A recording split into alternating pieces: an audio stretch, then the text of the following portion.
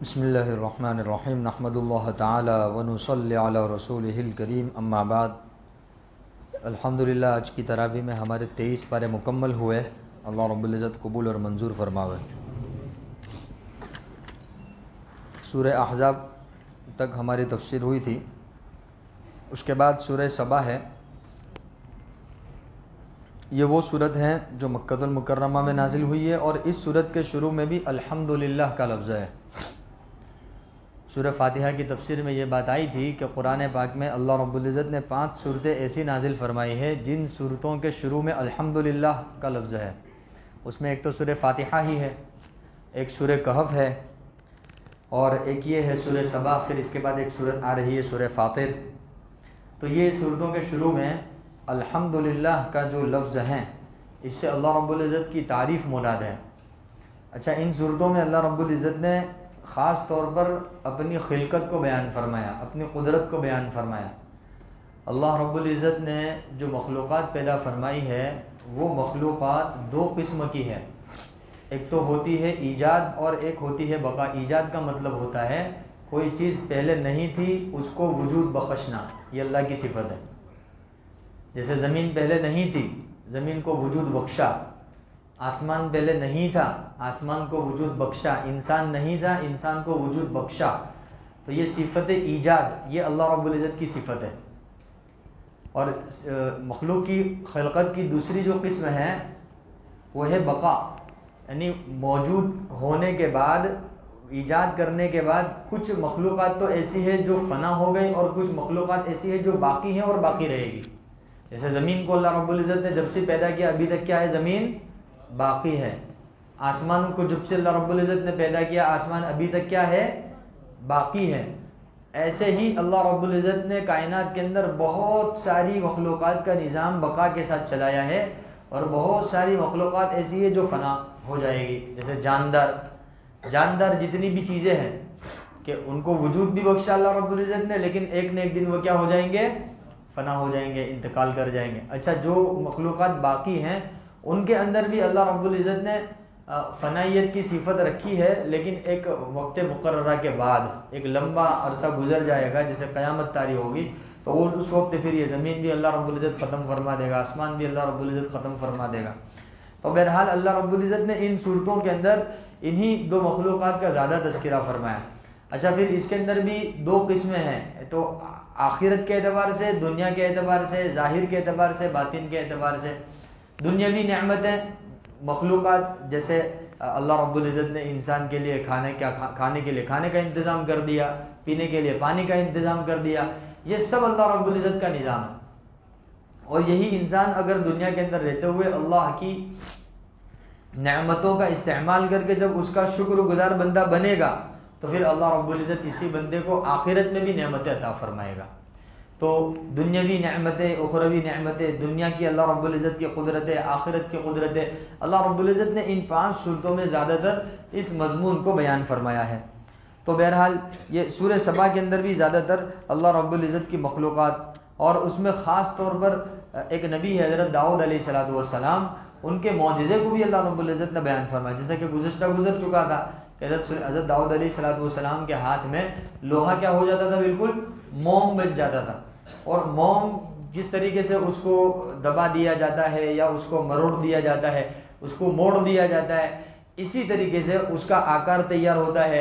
حضرت داؤد علیہ السلام کے دست مبارک میں لوہا جب پہنچتا تھا تو اس کی بھی کیفیت کچھ ایسی ہو جاتی تھی، اور پھر وہ اس کے ذریعے سے بہت ساری چیزیں بناتے تھے۔ تو اللہ رب العزت نے وہی فرمایا وَلَقَدْ آتَيْنَا دَاوُودَ مِنَّا فَضْلًا يَا جِبَالُ أَوِّبِي مَعَهُ وَالطَّيْرُ وَأَلَنَّا لَهُ الْحَدِيدَ۔ حدید کہتے ہیں لوہے کو۔ اللہ پاک فرمایا أَلَنَّا لَهُ الْحَدِيدَ، لوہا گویا کہ ان کے تابع ہو گیا تھا۔ أَنِ اعْمَلْ سَابِغَاتٍ وَقَدِّرْ فِي السَّرْدِ وَاعْمَلُوا صَالِحًا، یہ سب اللہ رب العزت کی قدرتیں ہیں۔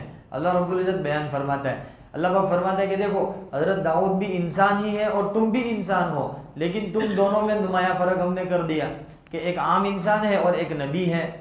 ایک عام انسان کی قوت الگ ہوتی ہے، نبی کی طاقت الگ ہوتی ہے۔ عام انسان کی صلاحیت الگ ہوتی ہے، نبی کی صلاحیت الگ ہوتی ہے، نبی کی شان الگ ہوتی ہے، لیکن ہے انسان۔ تو ایک ہی کیٹیگری کے 2 لوگ ہیں، لیکن دونوں کی صلاحیتیں، دونوں کی قوتیں مختلف ہیں، دونوں کے عہدے مختلف ہیں۔ تو یہ قدرت کس کی ہے؟ اللہ کی قدرت ہے کہ اللہ وہی لوہا اگر عام انسان پکڑے گا تو اس سے تھوڑی کچھ ہونے والا ہے، لیکن وہی لوہا ایک اللہ کے نبی ہاتھ میں لے رہے ہیں تو اس کی کیفیت بدل گئی، تو اس کو بدلنے والا کون ہے؟ اللہ ہے۔ تو اللہ رب العزت اپنی قدرت کو بتلانا چاہتا ہے۔ تو بہرحال سورہ سبا کے اندر زیادہ تر اللہ رب العزت نے یہی آیت نازل فرمائی ہے، اور پھر اس کے بعد اللہ رب العزت نے سورہ فاطر، یہ بھی مکہ المکرمہ میں نازل ہوئی، یہ بھی وہ سورت ہے جس کے شروع میں الحمد کا لفظ ہے۔ فاطر کا مطلب ہوتا ہے پیدا کرنے والا، انوکھا پیدا کرنے والا۔ فاطری اللہ کی صفت ہے، فطر یفطر فطرا، انوکھے طریقے سے پیدا کرنا، تو یہ فاطر اللہ کی صفت ہے۔ فاطر السماوات والارض، اللہ رب العزت آسمان اور زمین کو انوکھے طریقے سے پیدا کرنے والا ہے۔ اب انوکھا کیا ہے؟ اس میں بہت سارا انوکھا ہے۔ ایک تو سب سے بڑی بات تو یہ ہے کہ بغیر کسی ستون کے اللہ رب العزت نے آسمان کو کھڑا کر دیا، یہ اس کا سب سے بڑا انوکھا پن ہے۔ زمین کا سب سے بڑا انوکھا پن کیا ہے؟ کہ اللہ رب العزت نے اس کو پانی کے اوپر بچھا دیا ہے۔ حالانکہ پانی کے اوپر کوئی بھی چیز رکھی جاوے نا تو اس کے اندر ڈاماڈول ہوگا نا، زمین ہلتی ہے۔ ہاں، جب اللہ رب العزت کی مشیت ہوتی ہے، تھوڑی سی ہلتی ہے تو پوری دنیا ہل جاتی ہے نا۔ لیکن اللہ رب العزت کی قدرت کیا ہے کہ زمین کو جب اللہ رب العزت نے پانی کے اوپر بچھایا تو وہ جب حرکت کرنے لگی تو اللہ کے حکم سے پہاڑوں کو بطور کھیل کے اس کے اوپر ٹھوک دیا گیا۔ اب زمین حرکت نہیں کرے گی، یہ اس کا انوکھا پن ہے۔ اور پہاڑ جتنے باہر نظر آتے ہیں اس سے کہیں زیادہ زمین کے اندر چاروں طرف پھیلے ہوئے، سلسلے پھیلے ہوئے اس کے، یہ انوکھے انداز سے اللہ رب العزت نے زمین کا سلسلہ پیدا کیا۔ ایسے ہی اللہ رب العزت نے چاند سورج کو پیدا کیا۔ زمین اور آسمان کے درمیان کی بہت ساری مخلوقات کی جو بالکل انوکھی ہیں۔ یہ بھی تعجب کی بات ہے کہ کسی علاقے میں دن ہے، کسی علاقے میں رات ہے، یہ بھی تو زمین اور آسمان کے درمیان کی انوکھی مخلوق ہے کہ ایک ہی وقت میں ایک بندہ سو رہا ہے، ایک بندہ جاگ رہا ہے، ایک ہی وقت میں ایک بندہ رات گزار رہا ہے، ایک بندہ دن گزار رہا ہے، وقت ایک ہی ہے، وہ بھی زندہ یہ بھی زندہ، لیکن دونوں کی زندگی کی حالت کیا ہے؟ مختلف ہے، کیفیت بدل گئی اس کی۔ تو یہ سب نظام چلانے والا کون ہے؟ اللہ ہے۔ تو وہی اللہ پاک فرماتے ہیں الحمدللہ، تمام کی تمام تعریف ہے اس اللہ کے لیے، فاطر السماوات والارض، جو آسمانوں اور زمینوں کو انوکھے انداز سے پیدا کرنے والا ہے، جاعل الملائکۃ رسلا، اور فرشتوں کو پیغامبر بنانے والا ہے، پیغام رسیدہ بنانے والا ہے، پیغام لے جانے والا بنانے والا، کیونکہ فرشتوں کو اللہ رب العزت نے بہت ساری ذمہ داریاں سونپی ہیں، وہ اپنی ذمہ داریاں نبھا رہے ہیں۔ اس میں خاص طور پر 4 بڑے فرشتے ہیں جن کا تذکرہ کتابوں میں، حدیث کی کتابوں میں ملتا ہے۔ اس میں سب سے پہلے حضرت جبریل امین ہے جو حضرات انبیاء علیہ السلام کے پاس اللہ کا پیغام لے کر آیا کرتے تھے۔ دوسرے نمبر پر حضرت میکائیل ہے جن کے ذمہ روزی روٹی کا انتظام ہے، اللہ کی جو مخلوق ہے اس مخلوق کو روزی پہنچائیں گے، پانی پہنچائیں گے، حضرت میکائیل علیہ السلام۔ تیسرے نبی حضرت اسرائیل ہے، وہ موت کے فرشتے ہیں، سب کے پاس آتے ہیں، وہ ایک وقت مقررہ ہے، وہ اس وقت آئیں گے وہ۔ اور چوتھے نمبر پہ حضرت اسرافیل ہے جن کی ذمہ داری قیامت سے متعلق ہے، جب قیامت کا وقت ہو جائے گا اللہ ان کو حکم دے گا، وہ سور پھونکیں گے۔ تو بہرحال اللہ نے فرشتوں کا نظام چلایا مستقل، حالانکہ یہ مخلوق ایسے جو نظر نہیں آتی ہے لیکن کام ہو رہا ہے۔ بھائی نظر نہیں آ رہے مخلوق لیکن بارش برس رہا ہے کہ نہیں برس رہا ہے، وہ زمین کھیتی نکال رہی ہے نا، تو یہ سب ذمہ داری کس کے؟ حضرت میکائیل علیہ السلام کی۔ ہاں، ہم تھوڑی سی محنت کرتے ہیں اور اس کا پھل وجود میں آتا ہے۔ اللہ رب العزت نے ذمہ داری حضرت میکائیل علیہ السلام کو دی۔ بہرحال تو اللہ رب العزت نے اپنی قدرت کو اس کے اندر بھی بیان فرمایا۔ کچھ نعمتیں ایسی ہیں جن کا تعلق دنیا سے ہے، کچھ نعمتیں ایسی ہیں جن کا تعلق آخرت سے ہے۔ یزید فی الخلق ما یشاء، اللہ پاک فرماتا ہے کہ اللہ تعالیٰ اپنی خلقت میں جس طرح چاہے زیادتی کر سکتا ہے۔ ان اللہ علی کل شیء قدیر، اللہ ہر چیز پر قدرت رکھتا ہے۔ ما یفتح اللہ للناس من رحمت فلا ممسک لها، جس کے لیے اللہ رب العزت رحمت کا دروازہ کھول دے تو کوئی اس کو روک سکتا ہے گا؟ اور وما یمسک، اور جس کے اوپر اللہ رب العزت دروازہ بند کر دے فلا مرسل، کون اس کو کھول سکتا ہے گا؟ اللہ رب العزت کی مرضی کی بات ہے۔ وہو العزیز الحکیم۔ بہرحال اللہ رب العزت نے یہ سورہ فاطر کے اندر زیادہ تر اس طرح کے مضامین ارشاد فرمائے، اور ایک یہ بات بھی ارشاد فرمائی کہ لوگوں اللہ کی نعمتوں کو یاد کرو کہ کیا اللہ رب العزت کے علاوہ کوئی ایسا خالق ہے جو تم کو آسمان اور زمین میں روزی دے وے؟ اللہ رب العزت کے علاوہ تو کوئی بھی نہیں ہے۔ لا الہ الا ہو، اللہ ہی ہے جو تمام تر مخلوقات کی ضروریات کو پورا کرنے والا ہے۔ پھر اللہ رب العزت نے اس کے اندر ایک اور آیت نازل فرمائی، اس میں خاص طور پر ہم کو اللہ رب العزت نے ایک نصیحت فرمائی کہ اے لوگو، اللہ رب العزت کا وعدہ بالکل برحق ہے۔ کیا وعدہ ہے اللہ رب العزت کا؟ کہ جو ایمان لائے گا وہ کامیاب ہے، جو نہیں مانے گا وہ ناکامیاب ہے۔ لہذا دنیاوی زندگی کہیں تمہیں دھوکے میں نہ ڈال دے۔ فلا تغرنکم الحیات الدنیا ولا یغرنکم باللہ الغرور، اور دھوکے باز شیطان تم کو کہیں دھوکے میں نہ ڈال دے۔ ان الشیطان لکم عدو، کہ شیطان تو تمہارا دشمن ہے۔ فاتخذوه عدوا، لہذا تم بھی اس سے دشمنی کرو۔ شیطان تم سے دشمنی نبھا رہا ہے، تم بھی اس سے دشمنی نبھاؤ۔ اب معاملہ الٹا ہو گیا، شیطان تو ہمارے ساتھ دشمنی کا معاملہ کر رہا ہے، لیکن ہم نے شیطان کے ساتھ دوستی کا معاملہ کیا۔ اللہ پاک فرماتے ہیں ایسا نہیں ہے، فاتخذوه عدوا، اس کو اپنا دشمن سمجھو کہ وہ تمہارا دشمن ہے۔ انما يدعو حزبه ليكونوا من اصحاب السعير، وہ تو چاہتا ہے کہ مسلمانوں کی جماعتوں کو وہ جہنم میں داخل کرا دے، اس کی یہ پوری کوشش ہے۔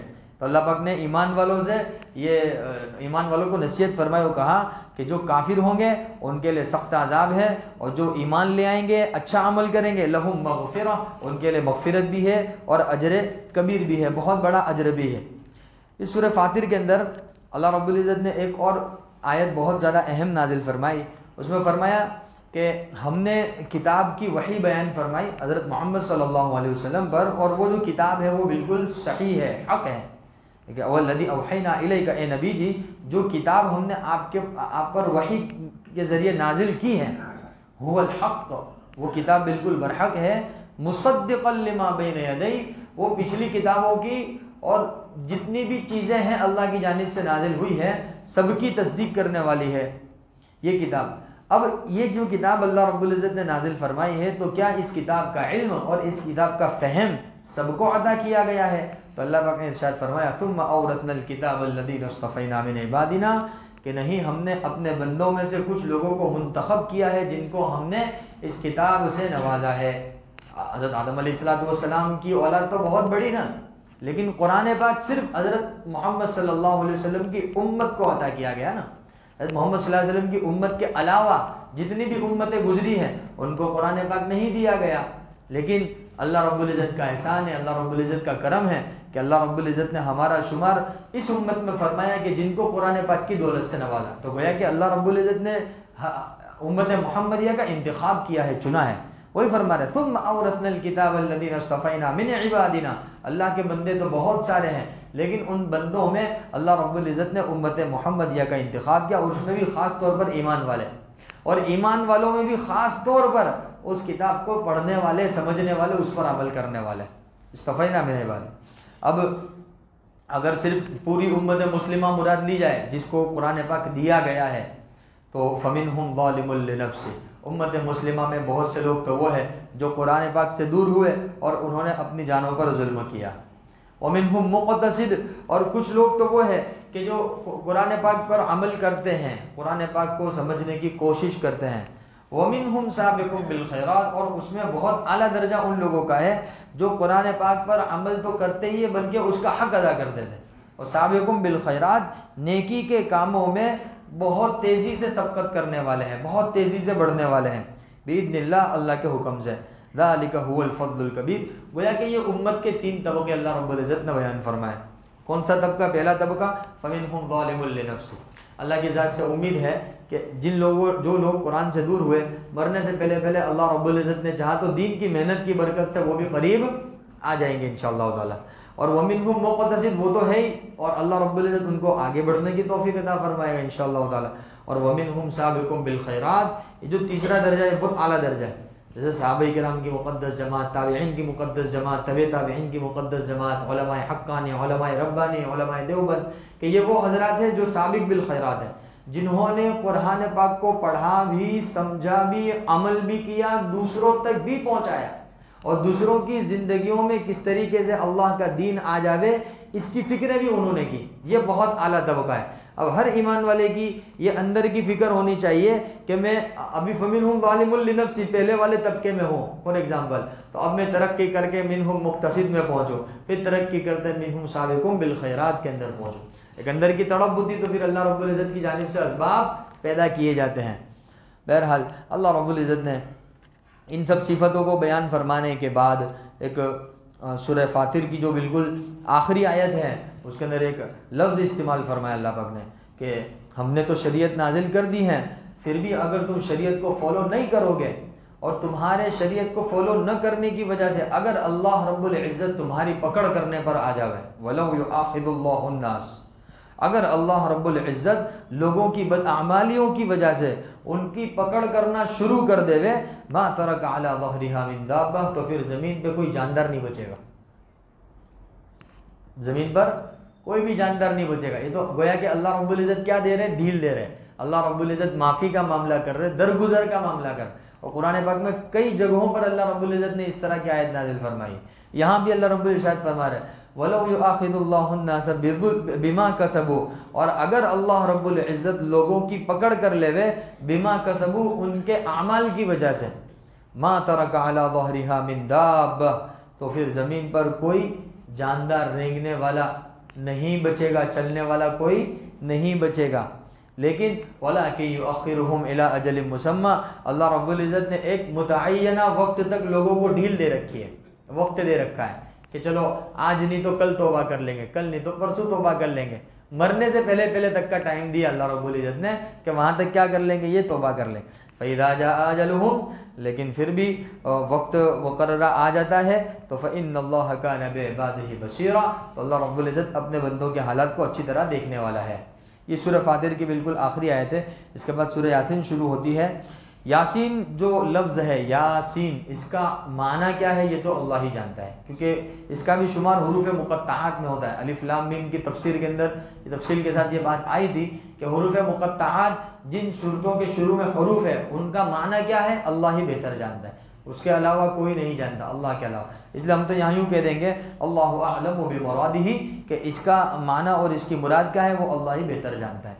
پھر اللہ رب العزت نے قسم کھائی قرآن حکیم کی، والقرآن الحکیم، واو کا یہاں قسم کا ترجمہ ہوگا، یاسین والقرآن الحکیم، قسم ہے قرآن حکیم کی، انک لمن المرسلین، کہ اے نبی جی آپ تو اللہ رب العزت کی جانب سے رسول بنا کر بھیجے گئے ہو، علی صراط مستقیم، آپ بالکل صراط مستقیم پر ہو۔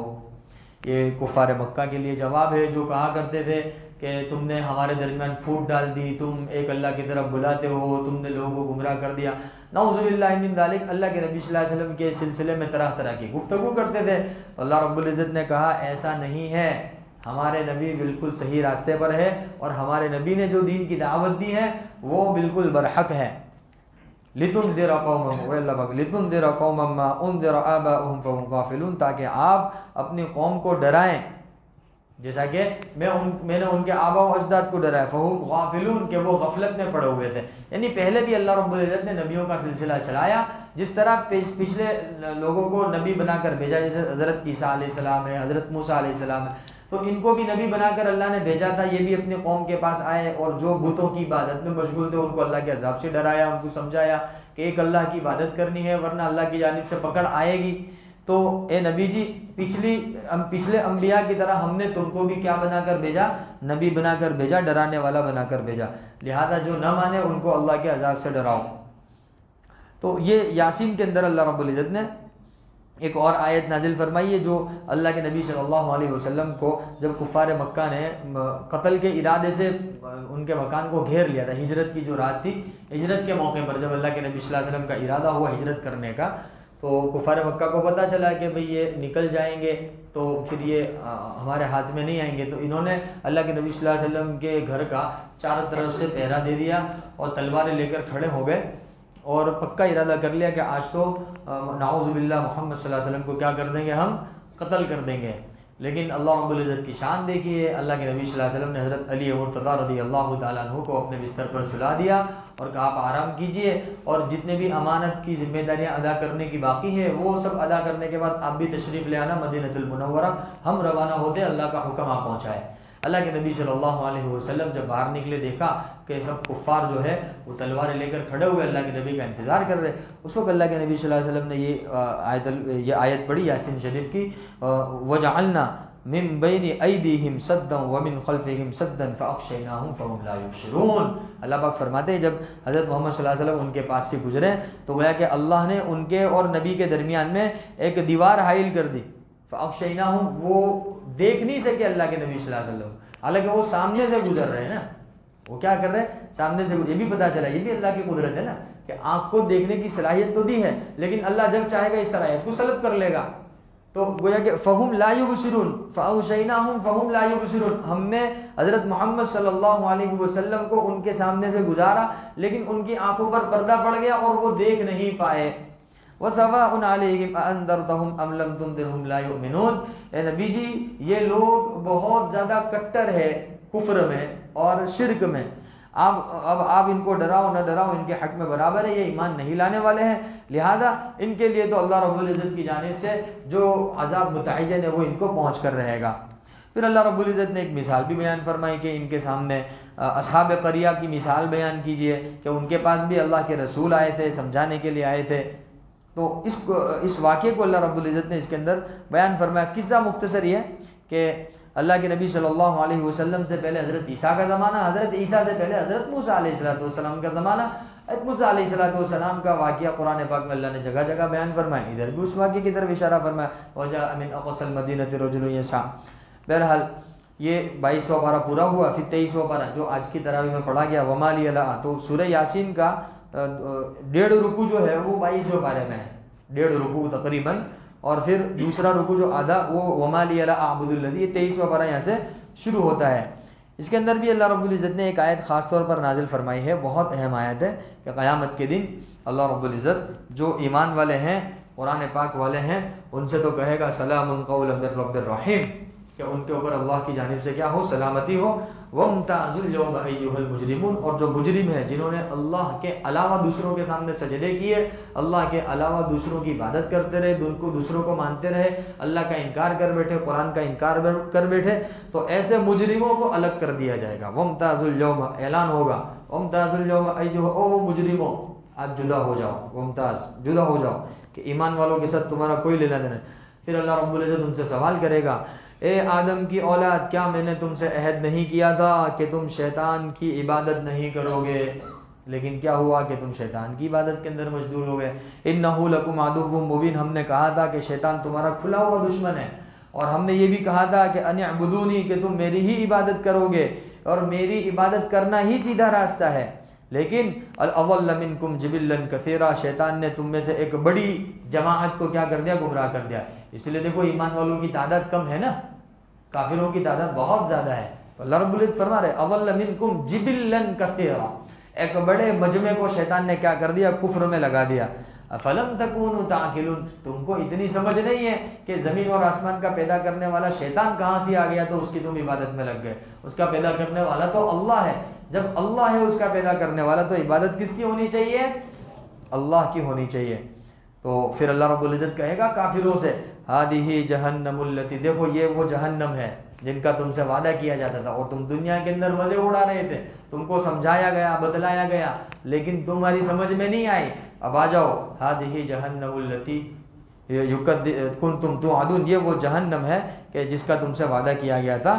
اصلوها اليوم بما کنتم تکفرون، آج تو تمہیں تمہارے کفر کی وجہ سے اس جہنم میں پھینکا جائے گا۔ اس لیے یہ اللہ کا احسان ہے بھائی کہ ہم اگرچہ پریشان ہیں، پریشان حال ہے، جو بھی ہے جیسے بھی ہے، اللہ کا احسان ہے، اللہ کا کرم ہے، اپنے پاس ایمان کی دولت تو ہے نا، لا الہ الا اللہ تو اپنے پاس ہے نا۔ تو یہ کافروں کو جو اللہ رب العزت قیامت کے دن بولے گا، اس سے تو اپنے محفوظ ہے نا الحمدللہ۔ اگر جب اپنا ایمان کمزور ہے، اعمال کمزور ہے، بہت بڑے گنہگار ہے، گناہ کبیرہ، گناہ صغیرہ، طرح طرح کی گناہوں کے اندر مبتلا ہے، اگر سچی پکی توبہ کر لیں گے اللہ معاف کر دے گا انشاءاللہ تعالی۔